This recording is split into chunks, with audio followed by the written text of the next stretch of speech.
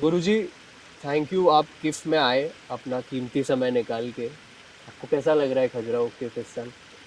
धन्यवाद आपको, बहुत आशीर्वाद। ये बहुत अच्छा लग रहा है। एक बार और भी हम आए थे 2018 में, और अभी तो आज से शुरुआत ही है, जी। तो अच्छा लगेगा ये कह सकते हैं। लास्ट टाइम की तरह। जी। तो मैं आपसे पहला यही क्वेश्चन पूछूंगा कि आपका बचपन कैसा था पहले जब आप सोसाइटी में बॉर्न हुए थे, उस मोमेंट से लेके जब आपने स्पिरिचुअलिटी का पाथ चुना, वो कैसा था? आप उसके बारे में कुछ बताइए।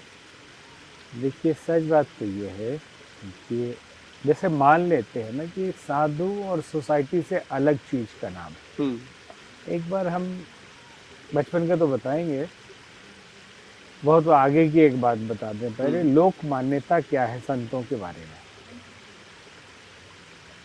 92 में एक मेरठ के कॉलेज में प्रवचन करने का, हम्म। तो कुछ हमने सच बातें बता दी, सच बोल दिया टीचर्स जो ठीक से नहीं पढ़ाते हैं उनके लिए। कैसे शिक्षा माफिया पनपता है, हम्म। और बच्चे कोचिंग में ही पढ़ते हैं और स्कूलों की हालत ठीक नहीं। तो उसके जो वाइस प्रिंसिपल थे वो नाराज हो गए, और उन्होंने जो शब्द प्रयोग किया कि आप संतों को सामाजिक विषयों पर बोलने का कोई अधिकार नहीं। तो हमने सिर्फ यही प्रश्न किया विद्यार्थियों से कि आप एक प्रश्न का जवाब दे दें, फिर हम नहीं बोलेंगे। क्या संत असामाजिक तत्व होता है? नहीं। तो उसे सामाजिक विषयों पे बोलने का अधिकार क्यों नहीं है? वो समाज का अंग है। और लोग कहते हैं कि हम भी उसमें से निकल के आके कहाँ गए हैं? अरे उसी में वही तो है। है। उसमें से निकल के गए कहाँ? जैसे एक्टर लोग बोले हम भी वहीं से निकल के आए हैं, आके कहाँ चले गए हैं आप? आज भी मनुष्यों के बीच में ही है। करेक्ट। वहां भी होते तो एक फ्लैट में आप रहते हैं, आप अपना काम करते हैं, एक्टिंग करते हैं, शूटिंग करते हैं, घर आते हैं, उसी करेक्ट। समाज में है अभी भी। बचपन आपने पूछा तो बचपन आम विद्यार्थी जैसे स्टूडेंट होते वैसे ही रहा, और खेलने की रुचि थी। फुटबॉल चैंपियन थे, वाओ। क्रिकेट खेलते थे, वॉलीबॉल खेलते थे, और जूडो कराटे के मास्टर थे, नाइस। और एक्टिंग का शौक था। तो ये एक्टिंग ठीक। से स्पिरिचुअलिटी में चेंज? स्पिरिचुअलिटी कोई अलग चीज नहीं जिसके लिए चेंज हो जाए। ओके। हर आदमी स्पिरिचुअल है, सोल उसके अंदर है। स्पिरिट से स्पिरिचुअलिटी होती है ना, वो आत्मा से करेक्ट। संबंधित है। तो आप समाज में किस फील्ड में काम करते हैं ये अलग विषय है। मूल मतलब तो ये है कि मनुष्य जीवन मिला है, तो हम जीवन के रहस्य को समझें। लोग धर्म और आध्यात्म के बारे में बड़ी बड़ी व्याख्याएं पढ़ते हैं, समझते हैं, बोलते हैं, जैसे धर्म रक्षति रक्षिता, या और भी बहुत बातें। हमने जो समझा धर्म और अध्यात्म को एक लाइन में, कि आए कहाँ से और जाना हमें कहाँ, मन में यही विचार लो बस हो गया भजन। अगर जीवन शाश्वत होता, कभी मरता नहीं कोई, तब तो ये प्रश्न ही नहीं उठता कि इस पे कोई विचार किया जाए। लेकिन जितने आए हैं वो चले गए। करेक्ट। जैसे अभी भी हम देखते हैं, बड़ा आदमी, बड़ा स्टार, बड़ा राजा, बड़ा मंत्री, बड़ा राष्ट्राध्यक्ष, उसकी फोकसबाजी, उसका भौकाल, तो लगता है वाह क्या बात है। कितने दिन के लिए? क्या आज से 20 साल पहले से जिन राजनेताओं को, जिन बड़े स्टारों को आप देख रहे हैं, उसके पहले नहीं हुए? हजारों साल पहले एक से एक हुए हैं जिनको कोई नहीं जानता। ये सब नश्वर है। तो बचपन से अचानक इससे इसमें आना, ये रुचि हमारी बाल्यकाल से थी। खेलते कूदते रहे, पढ़ते रहे, थिएटर भी करते रहे, छोटी उम्र से पेंटिंग करते थे, किसी का भी फोटो देख के बना दे, मूर्ति बनाना, चित्र बनाना, ये अपना शौक था। ठीक है। तो उसमें हमको नेचुरली गॉड गिफ्टेड है कि बचपन से गायत्री मंत्र किसने सिखाया पता नहीं, हम जपते हुए ही बड़े हुए। कितनी उम्र में? मतलब 6 क्लास में। और 7 में आए तो हमारे पिताजी ने देखा कि ये दोनों समय पूजा पाठ करता है। अपने आप से हाँ, फिर खेलना, घूमना, सिनेमा देखना, ये कम होते गए। जनरल हम्म। बच्चों की जो आदत होती है। लेकिन 1 घंटे सुबह 11 माला बचपन से हम जप करते थे। वाह। फिर पिताजी हमको दक्षिणेश्वर ले जाने लगे, कलकत्ता, काली मंदिर। हम्म। वहाँ से और भी प्रेरणा होने लगी। 8 क्लास में आए, मतलब बहुत उलझी हुई जिंदगी नहीं। 7 क्लास में हमने पुणे एक लेटर भेजा एक्टिंग स्कूल में, ये सीखना है हमको। तो वहाँ से लेटर आया कि आप 12 के बाद अभी पढ़ाई थोड़ी करनी है। फिर साधना से रुचि बदलती रही, मन में इच्छा हुई कि अब शांति निकेतन पेंटिंग ही सीखा जाए। लेकिन 8वीं कक्षा में थे तभी गायत्री परिवार के संस्थापक पंडित श्री राम शर्मा आचार्य जी, उनसे हमारे पिताजी जुड़े हुए। वो सपने में आए कि हम आपके गुरु हैं। तो हमने बताया, फिर पिताजी ले जाके दीक्षा दिला के लाए। फिर बदलने लगा सब कुछ। आपकी उम्र कितनी थी इस टाइम पे? 13 साल हो गए। 13 साल में? हाँ, फिर बदलने लगा, पढ़ाई भी चलने लगी। फिर स्पिरिचुअल स्टडी बढ़ने लगी। श्री अरविंदो, स्वामी विवेकानंद, दयानंद, ऐसे महापुरुषों की जीवनी और किताबें और भी मिल, आप जो चाहते हैं वो होने लगता है। जो सोच, तो तंत्र विद्या, त्राटक विद्या, हिप्नोटिज्म, ऐसी टाइप की किताबें पढ़ने लगी ज़्यादा। फिर 1 महीने हम 10th के बाद हरिद्वार रहे, उसमें पूरा ही बदल गया। 12 हमने बायोस से किया, MBBS करना था। तो फिर एक एग्ज़ाम के बाद हमको जाना था विदेश। सपने में फिर गुरुजी आए कि आप आ जाइए, आपका टाइम हो गया। तो हम घर में ये बोल के गए कि हम 2-4 दिन में मिल के आते हैं, फिर जाएंगे पढ़ाई करने। गुरुजी ने हाथ में पैसा, चावल, फूल दिया और बोला अब लौट के नहीं जाना, अब इस काम के लिए आए। तो हमने संकल्प ले लिया जैसा गुरु बोले, क्योंकि यही सिखाया जाता है गुरु सबसे बड़े होते हैं।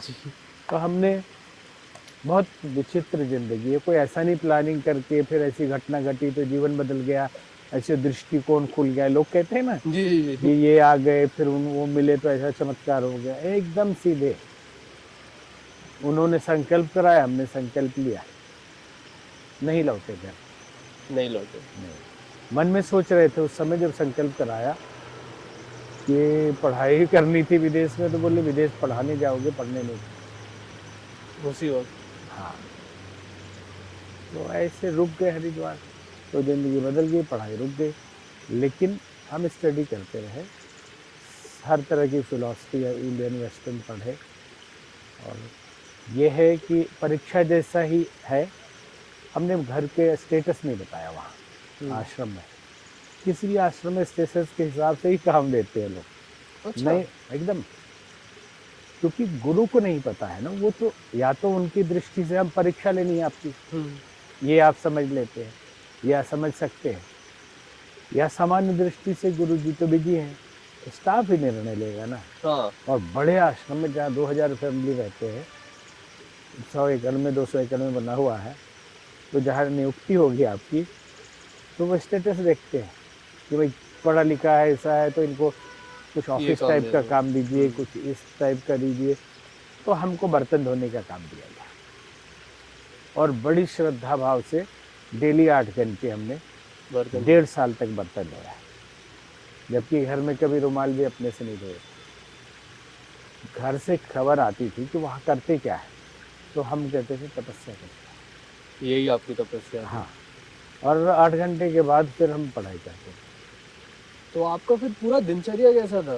दिनचर्या, हम लोग 3 बजे उठते थे, 4 बजे से जाते थे, वहाँ बर्तन धोना पड़ता था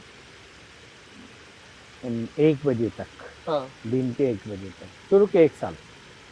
और 1 बजे से आते थे तो हम मंत्र का ट्रेनिंग मिलता था उसकी क्लास में, फिर म्यूजिक के क्लास में, फिर और भी चीज़ सीखने में, फिर लाइब्रेरी में पढ़ने में, फिर शाम को रिहर्सल थिएटर का। थिएटर का? हाँ, आश्रम में थिएटर होता था, शो होता था हर 9 डेज में। हर 9 दिन में? हर 9 दिन में। तो आप क्या कैसे टाइप के नाटक करते थे? हम उसमें राणा सांगा, हरिश्चंद्र, जीसस क्राइस्ट, लगभग सारे हिस्टोरिकल पात्र किए हमने, और एक बार नहीं सैकड़ों बार। ये और मतलब आपका रूटीन था? हाँ, जैसे 6 महीने के लिए हम फॉरेन फिर जाने लगे, यूएस जाने लगे, कनाडा में और इधर इंग्लैंड, बाद में यूरोप, सभी जगह तो रहे। आपने यूएस में जाके परफॉर्म किया? प्रवचन, जो आपके गुरु ने पहले ही कहा था कि आप हाँ, पढ़ाने जाओगे? ये तो ड्रामा तो वहाँ के लिए था थोड़े अच्छा, दिन अच्छा। के। हम लोगों का काम था स्पिरिचुअल ट्रेनिंग, जिसमें हम इंडियन कल्चर के हर सब्जेक्ट पे लेक्चर देते थे, बहुत छोटे, वहीं से छोटी उम्र से। अब क्या बोलेंगे, तो ये आप कितनी उम्र में हो गए जब आप ये करते थे? 18 साल। 18 साल की उम्र में आप विदेश 18 गए? साल की उम्र में हम आईएएस लोगों को स्ट्रेस मैनेजमेंट, टाइम मैनेजमेंट कराते थे। Stress management, time management? हाँ, और खुद 12 तक पढ़े हुए थे। और गायत्री परिवार का रिसर्च सेंटर उस जमाने में साइंस और स्पिरिचुअलिटी का बहुत बड़ा सेंटर था वर्ल्ड में। जितने बायोफिजिक्स मशीनें अमेरिका में बनती थी सब हमारे लैब में होती थी, और उसके हेड हम थे। आप हेड थे? हाँ, न्यूरोलॉजी, पैथोलॉजी पूरी हमने पढ़ाई की, डिग्री लेके नहीं, प्रैक्टिकल। और हर्बल, साइकोलॉजी, इसका पूरा काम देखते थे। गुरुजी, मैं आपसे एक क्वेश्चन पूछना चाहता हूँ। ये थोड़ा सा एक पर्सनल क्वेश्चन है। मेरी जनरेशन के लोग में से बहुत एक ऐसा परसेंटेज है जो नास्तिक है, जो भगवान पे विश्वास नहीं करते। उनसे कभी आप बोलो कि एक पावर है या एक भगवान है, एक स्पिरिचुअलिटी है, वो मानते नहीं है। उन लोगों को आप क्या कहते हो अगर आप किसी से मिलते हो देखिए, तो? हम बहुत लोगों से मिलते हैं, लगभग हम 56 देशों में रहे, और इंडिया के जितने आईआईटी है, बहुत पहले, अभी भी पटना आईटी गए थे हम इस साल, तो सब जगह गए, छोटे से बड़े हजारों स्कूलों में भी गए हैं। जितने लोग कहते हैं ना कि हम तथाकथित मॉडर्न हो गए हैं या यंग जनरेशन, हम नहीं मानते, ये बात ही गलत है। सब मानते हैं। झूठ मूठ का एक इन्फिनिटी कॉम्प्लेक्स से बचने के लिए, जो योग्य नहीं है, जिसके अंदर क्षमता, प्रतिभा नहीं है, तो वो समाज को दिखाने के लिए कि हम कुछ विशेष है, तो एक ही काम करो, या तो संतों को गाली दो, या बोलो सब बकवास है, ये सब सुपरस्टिशन है। अंदर से डरा हुआ आदमी है वो। अंदर से तो एक किस्सा आपको सुना दे, एक नास्तिक आदमी था, यंग, और वो अपने मित्र को नास्तिकता सिखाता था। वो धार्मिक था, दूसरा वाला साथी। वो कहता था क्या है, भगवान कुछ होता नहीं, इस दुनिया अपने से चलती है, इसमें फंसने की जरूरत नहीं, ये बाबा लोग ढोंगी होते हैं, इस टाइप की बात है। तो एक दिन उस धार्मिक मित्र ने नास्तिक मित्र का पॉकेट गलती से टच हो गया, वो कुर्ता पहने हुए, तो ये क्या है, तो एक झोली निकली, और उस झोली में माला था। तो बोले ये क्या है, तुम तो नास्तिक हो। बोले नास्तिक है, मान लो भगवान हुआ तो फंस जाएंगे, इसलिए हम चुपचाप 2-3 माला कर लेते हैं। क्यों, हम जानते हैं कि भगवान नहीं होता, लेकिन मान लो भगवान हुआ तो क्या होगा, क्यों कंफर्म तो अभी नहीं है ना। तो इसी टाइप के नास्तिक लोग हैं, सिर्फ अपने आप को समाज में प्रतिष्ठा दिलाने के लिए, कि इससे लोग शायद मानेंगे कि हम ज़्यादा मॉडर्न हैं। तो वो लोग का एक तरीके का डर है कि वो ये बोलना नहीं चाहते हैं कि भगवान है, ताकि वो बेवकूफ लगे। अच्छा, क्योंकि उनको ठीक से कोई रिलीजन समझाया नहीं अभी तक। वो मानते हैं कि जो जहाँ तहाँ तिलक छापा लगा देना और कुछ भी करते रहना, ये स्पिरिचुअलिटी है। तो वो उसके उल्टा बोलेंगे। और बीच के समय में कम्युनिस्ट का बड़ा प्रभाव रहा, और जितने हिस्ट्री राइटर है लगभग सब कम्युनिस्ट मार्क्सिस्ट हैं। तो अब जैसे लेनिन ने कहा धर्म अफीम की गोली, अब इस कोट को याद करके सुनाने में यूथ को बड़ा मजा आता है, और ऐसे स्मार्ट भी लगता है आदमी कि मैं देखो लेनिन को कोट कर रहा हूँ। जितने पढ़े लिखे हैं हम, जी, लेकिन उनको पता नहीं कि लेनिन ने किस Context संदर्भ में कहा था। उन्होंने इसलिए कहा था कि क्रिश्चियनिटी में रूल था, कहा गया था कि 10 साल में प्रलय आने वाला है, ठीक है, और 10 साल में प्रलय तो आया नहीं। और कहा यह गया कि जो इसमें अधिक दान करेगा, अधिक, वो स्वर्ग जाएगा, और स्वर्ग का सर्टिफिकेट दिया जाता था। तो कोई भी बोलेगा कि पागलपन है। स्वर्ग का कोई सर्टिफिकेट मिलता पैसा दे के? ऐसा भी है जो मैंने ऑब्जर्व किया है कि हमारे साधु संत का जो पोर्ट्रेयल है वो कभी कभार ऐसा हो जाता है कि वो कुछ भी बोल देते हैं। ऐसे भी टाइप के लोग होते हैं जो एक्चुअली में सेंट नहीं है पर अपने आप को साधु संत नहीं बता बताते हैं। रहे ये। पहले तो ये कहते उन्होंने कहा था क्रिश्चियन लोगों के इस विषय में हम्म। कि 10 साल में प्रलय प्रलय आएगा, आएगा। स्वर्ग वही जाएगा जो हम्म। क्रिश्चियन होगा। लाखों डॉलर दीजिए, सर्टिफिकेट लीजिए। तो फिर 10 साल में आया नहीं, तो बोल दिया कि जीसस ने आपकी उम्र बढ़ा दी है और हाँ, और जो मर गए वो सीधे स्वर्ग ही गए। तो वो खुश फिर से उत्सव मनाते हैं और फिर से दान करते हैं। तो उसने कहा ये पागलपन है, या फिल्म के नशे में जी रहा है। जो कि गलत नहीं है वो उस ठीक कॉन्टेक्स्ट कहा, में। उसने ठीक कहा, क्योंकि पूरे धर्म को उसने तो जाना ही नहीं, करेक्ट। क्रिश्चियनिटी के इस पक्ष को देखा Correct. इसलिए। और आप पूरे धर्म को ऐसे बोल दे रहे हैं। आपने जो कहा कि बोल जाते हैं कुछ लोग, सच्चाई ये है जो साधु है वो ऐसा नहीं बोलेगा। करेक्ट, मेरा पॉइंट वही था। हाँ, और बहुत लोग हैं जो इस साधु वेश का फायदा उठाते हैं जी। मठों के लिए, मंदिरों के लिए, फंडिंग के लिए। इस कपड़े को पहन के भी कुछ लोग काम करते रहते हैं और भ्रम हो जाता है कि वो भी साधु है। और जो वो कहते हैं, जो चीजें वो कहते हैं वो इतनी गलत होती है, फैक्चुअली इनकरेक्ट होती है कि आदमी को लगेगा ही कि ये क्या कह रहे हैं। जैसे वो लेनिन का कोट, वो एक पॉइंट पे ही बोला था।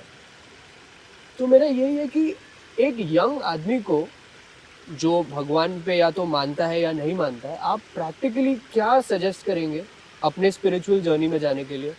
देखिए, मानो या ना मानो, अपने लिए पहले तो ये समझना चाहिए कि कुछ तो है जो दिखाई दे रहा है उसके पार, जिसके द्वारा इस सृष्टि बनी है। करेक्ट, जो विज्ञान भी नहीं समझा पाता। हम कहाँ से आ गए और हम कहाँ चले जाएंगे, और जाने के बाद का भी साइंस है। इस पृथ्वी से बाहर भी दुनिया है। अब साइंस खोज रहा है जितना खोज पाया। आइंस्टीन ने आखिरी में बोल दिया कि हमारी पूरी खोज कुछ नहीं है, इतना बचा हुआ है खोजने के लिए। वो अध्यात्म की ओर अब बढ़ रहा था बेचारा। तो विचार करना चाहिए नेचर को लेके ही, प्रकृति को लेके कि प्रकृति बनती कैसे है। अलग अलग रंग के फूल, अलग अलग लोग, ऐसा सांचा बनाया और एक बार बना के तोड़ दिया कि ये डुप्लीकेट नहीं हो सकता। एक थंबनेल किसी का एक जैसा नहीं होगा। आखिर कोई आदमी नहीं है, मान लीजिए कोई ऊर्जा है, कुछ सिस्टम है तो। करेक्ट। और वो ही आप नेचर ही कहेंगे। तो आप नेचर के इस धर्म का मतलब होता है नेचर। आप कहेंगे धर्म का मतलब नेचर, तो सुना नहीं। हाँ, ठीक है, नहीं। आप जब साइंस पढ़ते हैं तो हिंदी में जो द्रव्य होते हैं, लिक्विड्स जो भी है, उसका गुण धर्म बताते हैं। उसका गुण जो है, नेचर जो है, वही उसका धर्म है। जैसे अग्नि का धर्म क्या है? जलाना, गर्मी देना, ऊपर की ओर उठना। बर्फ का धर्म क्या है? ठंडक पहुंचाना। ये उसका धर्म है, अर्थात उसका नेचर है। तो जब हम अपने नेचर में जीते हैं तो हमारा नेचर क्या है? प्रेम, संवेदना, करुणा, ममता, समता, एकाग्रता, सुव्यवस्था, सच्चरित्रता, ये नेचर है आत्मा का। इससे बाहर जाते हैं तो हम अधार्मिक होते हैं। करेक्ट। हम प्रेम के जगह पे घृणा करने लगे, अब हम सामंजस्य की जगह पे बिखराव करने लगे, तकरार करने लगे, तो नेचर से बाहर है। हम शांति की जगह पे क्रोधित हर विषय पे होते रहे तो अधार्मिक है। शांत रहेंगे तो धार्मिक है। और मान लिया गया कि बाहरी कर्म कांडों में ही तभी आप धार्मिक हैं, जबकि ऐसा नहीं। प्रकृतिमय जीवन जीना ही धार्मिक होने का मूल लक्षण है। और ये प्रकृति, अंतः प्रकृति और बाह्य प्रकृति। तो बाह्य में पहाड़, पर्वत, नदी, नाला, पेड़ पौधे, जीव पक्षी, इसके साथ एकाकार होना, मिलना जुलना, ये नेचर के साथ जीना है। लेकिन असली अपने नेचर के साथ जीना, अंदर वाले नेचर के साथ। और हम पूरा बाहर से ओढ़े रहते हैं दूसरा कुछ, और हम मान लेते हैं हम धार्मिक हैं। आप चाहे लाख तिलक लगा लीजिए, लाख कांवर लेके जाते रहिए, लेकिन आप अपने नेचर से बाहर हैं। आप क्रोधित हो रहे हैं बार बार में। आप 20 साल से जब ध्यान करते हैं और दूसरों की निंदा करते हैं, घृणा करते हैं, विक्रम करते हैं, तो आप धार्मिक कहाँ हैं? तो जरूरत क्या है ऐसे धर्म की? आप न रहिए धार्मिक तो अच्छे हैं, समझ रहे हैं? और भ्रम यहाँ पे है यूथ का या मॉडर्न लोगों का कि उसको धार्मिक और धर्म समझ रहा है। जी जी आप टाइम मैनेजमेंट करते हैं, माता पिता का आदर करते हैं, समाज के साथ अच्छा काम करते हैं और समाज के लिए कुछ करना चाहते हैं, तो आप धार्मिक हैं। आप पूजा करते हैं या नहीं करते हैं, आप हिंदू हैं, सीधी बात बोल रहे हैं। दूसरे धर्म का नहीं बताएंगे कि वो मानेंगे या नहीं मानेंगे, कि नहीं हमारे भगवान को, अल्लाह को नहीं मानते हो तो धार्मिक नहीं हो। यहाँ मानो या ना मानो, आप सिस्टम में जी रहे हैं, नेचर में जी रहे हैं, आप धार्मिक हैं अपने अंदर के नेचर के साथ। हाँ, अंदर के नेचर में जी रहे हैं और बाहरी नेचर को भी संरक्षित करने के लिए प्रयत्नरत हैं, कोशिश करते हैं आप, और उससे भी वार्तालाप करते हैं, बाहर के नेचर से भी। तो आप धार्मिक है हमारे यहाँ, क्योंकि हमारे यहाँ तो इतने हैं, ईश्वर है नहीं है तो भी हिंदू है आप, ये भी फिलॉसफी है। करेक्ट। चारवाक्य का दर्शन है, नहीं है। बौद्ध का दर्शन है, ईश्वर नहीं है, ठीक है। तो फिर भी इसी सनातन के है ना आप। कोई कहता है अहम ब्रह्मास्मि, वेदांती है, देवी देवता मूर्ति पूजा नहीं मानता, तो भी आप हिंदू हैं। और आप देवी देवता पूजते तो भी आप हिंदू हैं। आप योगी हैं, किसी देवता किसी मंदिर को मानते, केवल आसन योगासन करते हैं तो भी आप हिंदू हैं। तो मूल प्रश्न ये है कि आप प्रकृति के साथ जीते हैं और ब्रह्मांड के मूल प्रकृति में समा जाए, प्रकृति में जीते जीते, मतलब अपने आप तक पहुंच जाए। आध्यात्मिक यात्रा जहाँ है वहाँ से अपने आप तक की यात्रा है जी, कहीं और नहीं जाना है। ये बात नहीं समझ में आता है, क्योंकि बच्चे लोग अपने दर्शन फिलॉसफी ये तो पढ़ते नहीं हैं, तो कोई पढ़ाने वाला भी नहीं मिलता। कोई फिलॉसफी से अगर ग्रेजुएशन करे तो दर्शन पढ़े। उसके पहले अभी हम एक ललन टॉप पे देख रहे थे, हिंदुइज्म टाइप की कोई पुस्तक किसी IIM के प्रोफेसर ने लिखा है, तो उनका कर रहे थे डिस्कशन। तो यही सब चीज़ें थी उसमें, प्रकृति क्या है और उपनिषदों में क्या है, दर्शन में क्या है।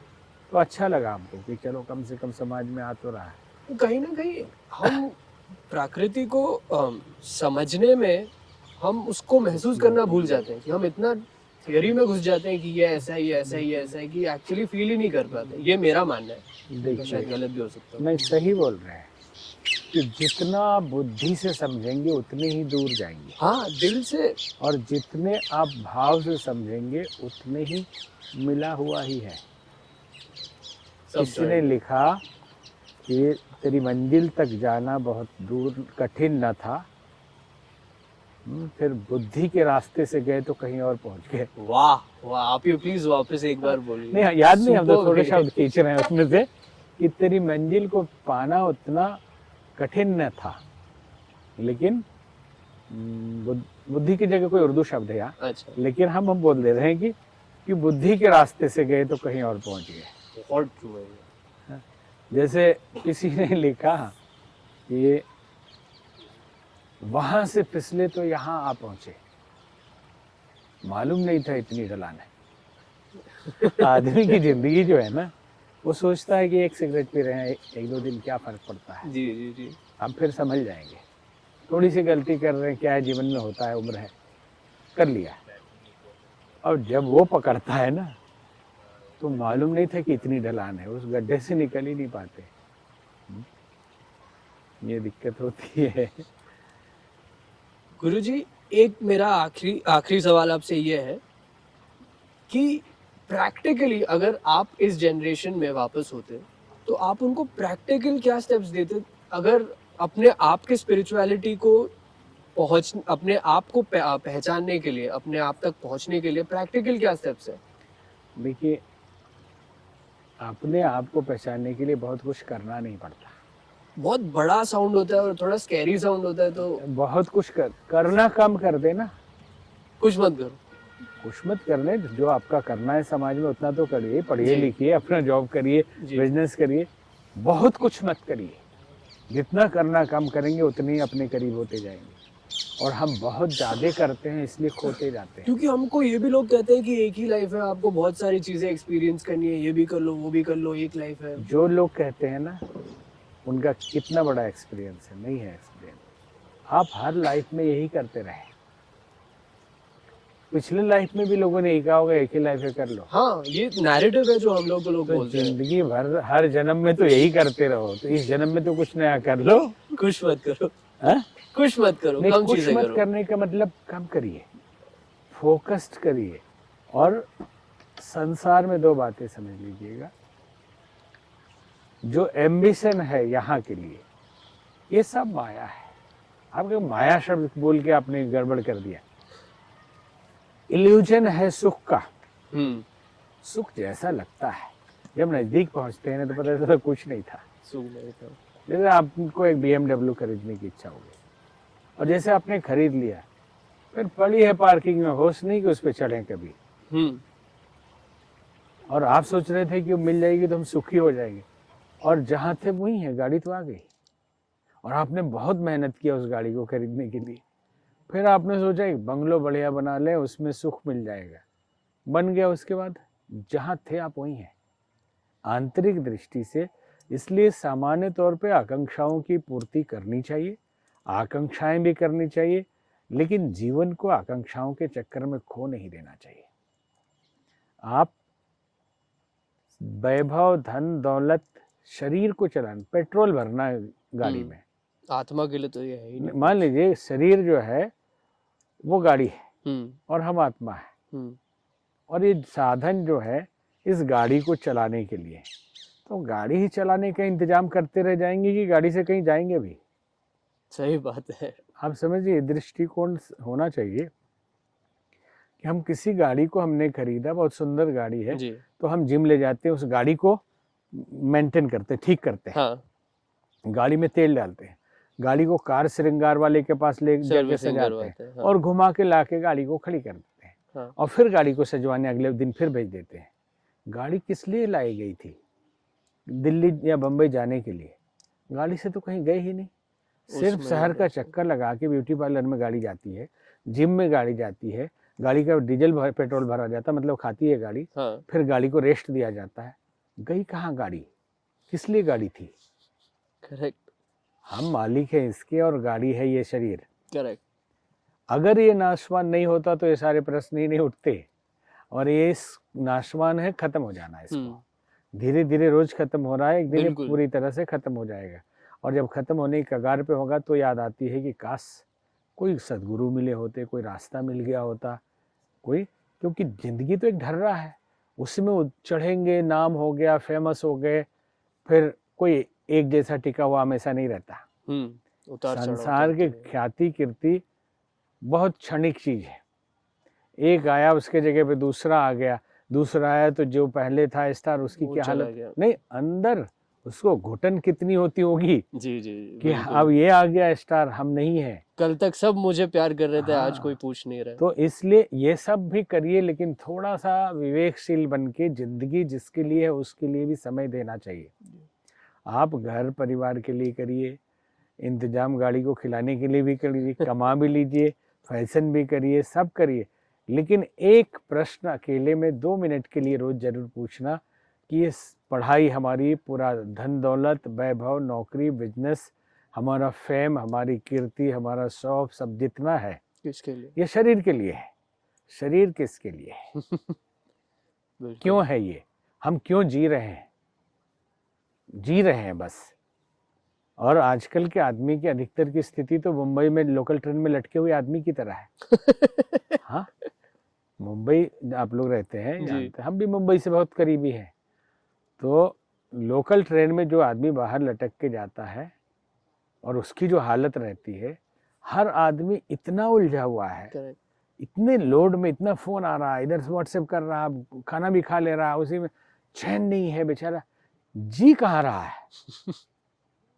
पहले के लोग जीते थे, जी। 2 दिन 4 दिन शादी बारात में गए, आराम से वहाँ नाटक नौटंकी देख रहे हैं, खा पी रहे हैं, मौज कर रहे हैं, या भजन कीर्तन में लगे हुए हैं। अभी तो सुबह से फोन और ये, और हालत खराब, स्ट्रेस, रात में सो नहीं पा रहे, गोली ले रहे हैं तब भी नींद नहीं आ रही। और खाना खाते देखा किसी को आजकल आपने? हाथ में से लिए, प्लेट में लटका हुआ है, उसी में से मारा, तब तक हाँ ठीक है, ये सब चल रहा है, तो जी कहाँ रहा है? किस चीज के लिए कर रहे हैं हाँ ये मतलब सब? किस लिए ये सब है, इतना जो टेंशन है, जी और वो सब जब मिल जाए ये सब करने के बाद तो कुछ बचता ही नहीं है। तो इसलिए यूथ हो, बुजुर्ग हो, कोई भी हो, थोड़ा जी तो ले, थोड़ी जिंदगी बिल्कुल। जी लेना चाहिए। हमने हम लोग चर्चा कर रहे थे, आश्रम गए, तो फिर हमने ग्रेजुएशन किया फिलॉसफी से, पब्लिक एडमिनिस्ट्रेशन से भी हमने लिया, म्यूजिक में भी किए ग्रेजुएशन, हार्बल में भी किया, हाँ, और ये महात्मा रहते हुए कथा प्रवचन दिन रात करते हुए, आपने पढ़ाई नहीं छोड़ी, आप ये सब? हाँ ऐसे एग्जाम देते रहे, किताबें लाए, पढ़ते रहे। और इसके अलावा हजारों हजार किताबें हमने पढ़ी हर विषय पे, बड़ी लाइब्रेरी थी, लगभग 12-14 घंटे तो पढ़ते थे टाइम निकाल के, जब हम शोध संस्थान में थे। और फिर हमने मन में इच्छा हुई कि पिताजी कहते थे डॉक्टर बनाना है, और उनका एक ही शब्द था कि अनपढ़ साधु पसंद नहीं। बहुत बहुत सटीक और सही चीज कही ठीक है, तो हमने कहा ठीक है, तो ग्रेजुएशन हो गया 2-4 विषय में, फिर हमने कहा पीएचडी कर लेते हैं, वो लोग संतुष्ट हो जाएंगे। और समाज जो साधुओं को, जो परम ज्ञानी है, उनको भी केवल डिग्री से तोलने लगता है और कहता है कि ये तो कॉलेज गए नहीं, इनका क्या एक्सपीरियंस होगा, करेक्ट। ऐसा समझ लेते हैं लोग। हमने कहा उनके लिए भी कर लेना चाहिए, तो हमने रेगुलर स्टूडेंट के रूप में पोस्ट ग्रेजुएशन में एडमिशन लिया। गए 1 आध हफ्ते, लेकिन प्रोफेसर लोगों ने मना कर दिया कि जब आप बैठते हैं सामने तो पढ़ाने में दिक्कत होती है।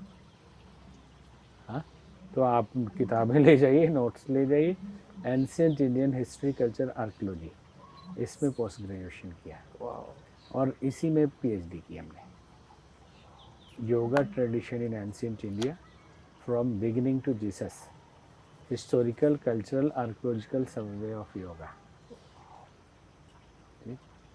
तो खेल खेल में ये भी करते रहे, इसलिए ये नहीं बोल सकता कोई कि हम पढ़ लिए तो बहुत बड़ा काम कर लिए। पढ़ाई तो थोड़े थोड़े टाइम में हो जाती है, उतना मेहनत करता कौन है। हमारा यूनिवर्सिटी में टॉप रहा पोस्ट ग्रेजुएशन, जबकि किताबें हमने बहुत पढ़ी हिस्ट्री की, परीक्षा के गैप में 2-3 दिन में पढ़ के टॉप हुए। फोटोजेनिक मेमोरी यूज किया हमने, ये शब्द इसलिए बोल रहे हैं कि सुनने वाले को पता रहे कि साधु होना मतलब समाज से बाहर भाग जाना नहीं, उसका पूरे हिस्सा समाज हो में गया। हम रुकते नहीं आश्रम में, 2-4 महीने में 2-3 दिन रुकते हैं, सालों भर बाहर, कब किसी शहर में या किसी अलग देश में है तो समाज में ही है ना। जी जी जी, और कहाँ जा रहे हैं? आप अपना काम कर रहे हैं, हम आपको पढ़ाने का काम कर रहे हैं। भाई एक शिक्षक 40 विद्यार्थी पढ़ाता है, हम लोग लाखों को पढ़ाते हैं।